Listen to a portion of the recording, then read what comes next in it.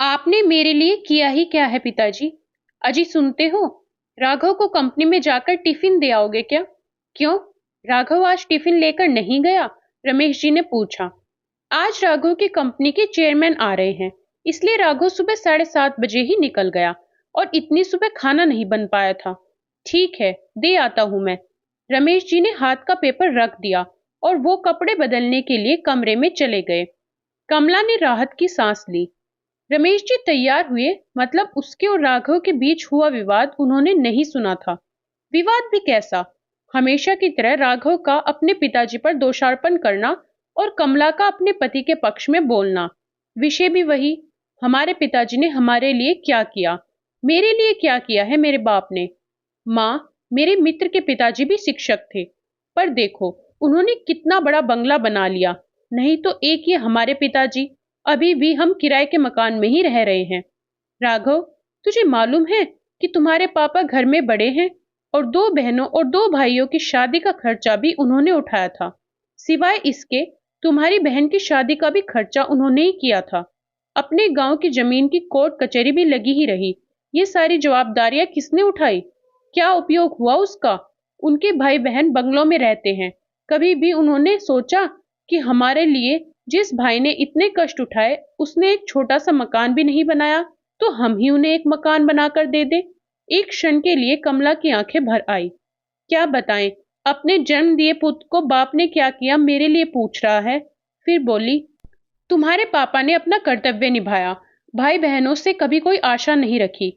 राघव मूर्ख जैसी बात करते हुए बोला, अच्छा वो ठीक है, उन्होंने हजारों बच्चों की ट्यूशन्स ली, यदि उनसे फीस ले लेते तो आज पैसों में खेल रहे होते। आजकल के क्लासेस वालों को देखो, इंपोर्टेड गाड़ियों में घूमते हैं। यह तुम सच बोल रहे हो, परंतु तुम्हारे पापा का तत्व था ज्ञान दान का पैसा नहीं लेना। उनके इन्हीं तत्व के कारण उनकी कितनी प्रसिद्धि हुई और कितने पुरस्कार मिले, उसकी कल्पना है तुझे? ये सुनते ही राघव एकदम नाराज हो गया। क्या चाटना है उन पुरस्कारों को? उन पुरस्कारों से घर थोड़े ही बनते आएगा, पड़े ही धूल खाते हुए। कोई नहीं पूछता उनको। इतने में दरवाजे पर दस्तक सुनाई दी।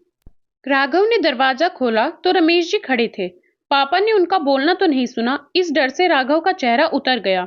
परंतु रमेश जी बिना कुछ बोले अंदर चले गए और वह वाद वहीं खत्म हो गया। ये था कमला और राघव का कल का झगड़ा। पर आज रमेश जी ने टिफिन साइकिल को अटकाया और तपती धूप में औद्योगिक क्षेत्र राघव की कंपनी के लिए निकल पड़े। 8 किलोमीटर दूर कंपनी तक पहुंचते पहुंचते उनका दम फूल गया था। कंपनी के गेट पर सिक्योरिटी गार्ड ने उन्हें रोक लिया। राघव शर्मा साहब का टिफिन देना है, अंदर जाऊं क्या? अभी नहीं, साहब आए हुए हैं, गार्ड बोला। चेयरमैन साहब आए हुए हैं, उनके साथ मीटिंग चल रही है, किसी भी क्षण वो मीटिंग खत्म करके आ सकते हैं। तुम बाजू में ही रहो, चेयरमैन साहब को आप दिखने नहीं चाहिए। रमेश जी थोड़ी दूरी पर धूप में ही खड़े रहे। आसपास कहीं भी छांव नहीं थी। थोड़ी देर बोलते बोलते 1 घंटा हो गया। पाँव में दर्द उठने लगा था, इसलिए रमेश जी वहीं एक तप पत्थर पर बैठने लगे। तभी गेट की आवाज आई, शायद मीटिंग खत्म हो गई होगी। चेयरमैन साहब के पीछे पीछे कई अधिकारी और उनके साथ राघव भी बाहर आया। उसने अपने पिताजी को वहां खड़े देखा तो मन ही मन नाराज हो गया। चेयरमैन साहब कार का दरवाजा खोलकर बैठने ही वाले थे तो उनकी नजर रमेश जी की ओर उठ गई। कार में न बैठते हुए वो वैसे ही बाहर खड़े रहे। वो सामने कौन खड़ा है? उन्होंने सिक्योरिटी गार्ड से पूछा। अपने राघव सर के पिताजी हैं, उनके लिए खाने का टिफिन लेकर आए हैं, गार्ड ने कपकपाती आवाज में कहा। बुलवाइए उनको। जो नहीं होना था वह हुआ। राघव के तन से पसीने की धाराएं बहने लगी। क्रोध और डर से उसका दिमाग सुन्न हुआ जान पड़ने लगा। गार्ड की आवाज देने पर रमेश जी पास आए। चेयरमैन साहब आगे बढ़े और उनके समीप गए। आप शर्मा सर है ना? डीएम हाई स्कूल में शिक्षक थे। हाँ। आप कैसे पहचानते हो मुझे? कुछ समझने के पहले ही चेयरमैन साहब ने रमेश जी के चरण छुए। सभी अधिकारी और राघव वो दृश्य देखकर अचंभित रह गए। सर, मैं मोहित पटेल, तुम्हारा विद्यार्थी। आप मुझे घर पर पढ़ाने आते थे। हाँ हाँ, याद आया। बाप रे, बहुत बड़े व्यक्ति बन गए आप तो। चेयरमैन हंस दिए। फिर बोले, सर आप यहाँ धूप में क्या कर रहे हैं? आइए अंदर चलते हैं, बहुत बातें करनी है आपसे। सिक्योरिटी, तुमने इन्हें अंदर क्यों नहीं बिठाया? गार्ड ने शर्म से सिर नीचे झुका लिया। वो देखकर रमेश जी ही बोले, उनकी कोई गलती नहीं है, आपकी मीटिंग चल रही थी, आपको तकलीफ न हो इसलिए मैं ही बाहर रुक गया। Okay okay. चेयरमैन साहब ने रमेश जी का हाथ अपने हाथ में लिया और उनको अपने आलिशान चैम्बर में ले गए। बैठिए सर, अपनी कुर्सी की ओर इंगित करते हुए बोले। नहीं नहीं, वो कुर्सी आपकी है, रमेश जी सकपकाते हुए बोले। सर, आपके कारण वो कुर्सी मुझे मिली है, तब पहला हक आपका है। चेयरमैन साहब ने जबरदस्ती से उन्हें अपनी कुर्सी पर बैठाया। आपको मालूम नहीं होगा सर, जनरल मैनेजर की ओर देखते हुए बोले, शर्मा सर नहीं होते तो आज ये कंपनी नहीं होती और मैं मेरे पिताजी की अनाज की दुकान संभालता रहता। राघव और जीएम दोनों आश्चर्य से उनकी ओर देखते ही रहे। स्कूल समय में मैं बहुत ही डब्बू विद्यार्थी था। जैसे तैसे मुझे 9वीं कक्षा तक पहुंचाया गया। शहर की सबसे अच्छी क्लासेस में मुझे एडमिशन दिलाया गया, परंतु मेरा ध्यान कभी पढ़ाई में नहीं लगा। उस पर अमीर बाप की औलाद, दिन भर स्कूल में मौज मस्ती और मारपीट करना, शाम की क्लासेस से बंक मारकर मूवी देखना, यही मेरा शगल था। माँ को वो सहन नहीं होता। उस समय शर्मा सर कड़े अनुशासन और उत्कृष्ट शिक्षक के रूप में प्रसिद्ध थे।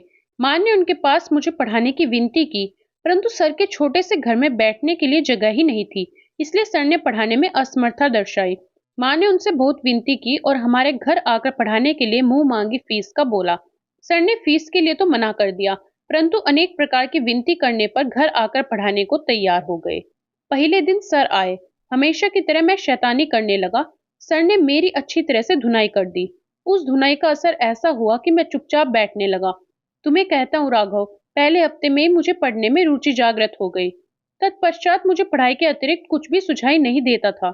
सर इतना अच्छा पढ़ाते थे, अंग्रेजी, गणित, विज्ञान जैसे विषय तो मुझे कठिन लगते थे, वो अब सरल लगने लगे थे। सर कभी आते नहीं थे तो मैं व्यग्र हो जाता था। 9वीं कक्षा में मैं दूसरे नंबर पाया। माँ पिताजी को खूब खुशी हुई। मैं तो जैसे हवा में उड़ने लगा था। 10वीं में मैंने सारी क्लासेस छोड़ दी और सिर्फ शर्मा सर से ही पढ़ने लगा था, और 10वीं में मेरिट में आकर मैंने सबको चौंका दिया था। My goodness! पर सर फिर भी आपने सर को फीस नहीं दी? जनरल मैनेजर ने पूछा। मेरे माँ पिताजी के साथ मैं सर के घर पेड़े लेकर गया। पिताजी ने सर को 1 लाख रुपए का चेक दिया। सर ने वो नहीं लिया। उस समय सर क्या बोले वो मुझे आज भी याद है। सर बोले, मैंने कुछ भी नहीं किया, आपका लड़का ही बुद्धिमान है। मैंने सिर्फ उसे रास्ता बताया, और मैं ज्ञान नहीं बेचता, मैं वो दान देता हूँ। बाद में मैं सर के मार्गदर्शन में ही 12वीं में पुनः मेरिट में आया। बाद में बीई करने के बाद अमेरिका जाकर एमएस किया और अपने शहर में ही यह कंपनी शुरू की। एक पत्थर को तराशकर सर ने हीरा बना दिया, और मैं ही नहीं तो सर ने ऐसे अनेक असंख्य हीरे बनाए हैं। सर आपको कोटि कोटि प्रणाम। चेयरमैन साहब ने अपनी आंखों में आए अश्रु रुमाल से पोंछे। परंतु यह बात तो अद्भुत ही है कि बाहर शिक्षा का और ज्ञानदान का बाजार भरा पड़ा होकर भी सर ने 1 रुपया भी न लेते हुए 1000 विद्यार्थियों को पढ़ाया। न केवल पढ़ाया, पर उनमें पढ़ने की रुचि भी जगाई। वह सर मान गए, आपको और आपके आदर्श को। रमेश जी की ओर देखकर जीएम ने कहा, अरे सर, ये व्यक्ति तत्वनिष्ठ है, पैसों और मान सम्मान के भूखे भी नहीं है। विद्यार्थी का भला हो, यही एकमात्र उद्देश्य था। चेयरमैन बोले, मेरे पिताजी भी उन्हीं में से एक समय भूखे रह लेंगे, पर अनाज में मिलावट करके बेचेंगे नहीं। ये उनके तत्व थे। जिंदगी भर उसका पालन किया, ईमानदारी से व्यापार किया, उसका फायदा आज मेरे भाइयों को हो रहा है। बहुत देर तक कोई कुछ भी नहीं बोला। फिर चेयरमैन ने रमेश जी से पूछा, सर आपने मकान बदल लिया या उसी मकान में रहते हैं? उसी पुराने मकान में रहते हैं सर, रमेश जी के बदले में राघव ने ही उत्तर दिया।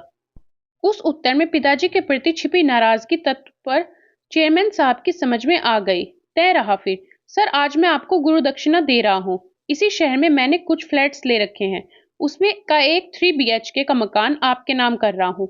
क्या? रमेश जी और राघव दोनों आश्चर्यचकित रूप से बोले।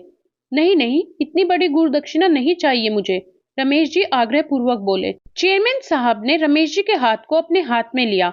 सर प्लीज ना मत करिए और मुझे माफ करें। काम की अधिकता में आपकी गुरु दक्षिणा देने में पहले ही बहुत देर हो चुकी है। फिर राघव की ओर देखते हुए उन्होंने पूछ लिया, राघव तुम्हारी शादी हो गई क्या? नहीं सर, जम गई है, और जब तक रहने को अच्छा घर नहीं मिल जाता तब तक शादी नहीं हो सकती। ऐसी शर्त मेरे ससुर जी ने रखी। होने से अभी तक शादी की डेट फिक्स नहीं की, तो फिर हॉल भी बुक नहीं किया। चेयरमैन ने फोन उठाया और किसी से बात करने लगे। समाधान कारक चेहरे से फोन रखकर धीरे से बोले, अब चिंता की कोई बात नहीं, तुम्हारे मैरिज गार्डन का काम हो गया। सागर लोन्स तो मालूम ही होगा। सर वह तो बहुत महंगा है। अरे तुझे कहाँ पैसे चुकाने हैं? सर के सारे विद्यार्थी सर के लिए कुछ भी कर सकते हैं। सर के बस एक आवाज देने की बात है, परंतु सर तत्वनिष्ठ है, वैसा करेंगे भी नहीं। इस लोन्स का मालिक भी सर का ही विद्यार्थी है। उसे मैंने सिर्फ बताया।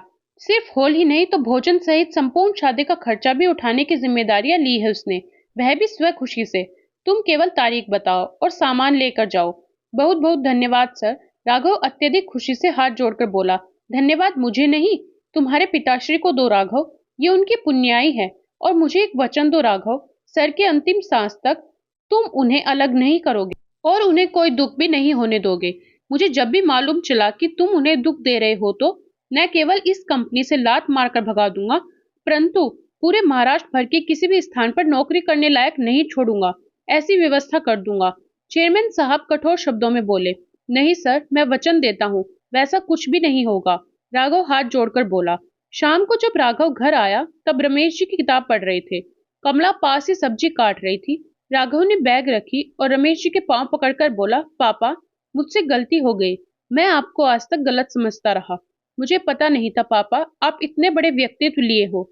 रमेश जी ने उसे उठाकर अपने सीने से लगा लिया। अपना लड़का क्यों रो रहा है, कमला की समझ में नहीं आ रहा था, परंतु कुछ अच्छा घटित हुआ है, इसलिए पिता पुत्र में प्यार उमड़ रहा है। ये देखकर कमला भी अपने खुशी के आंसू रोक नहीं पाई। आशा करती हूँ ये कहानी आपको जरूर पसंद आई होगी। कहानी पसंद आए तो कमेंट बॉक्स में जरूर बताएं। वीडियो को लाइक करें, शेयर करें और चैनल को सब्सक्राइब जरूर करें। धन्यवाद।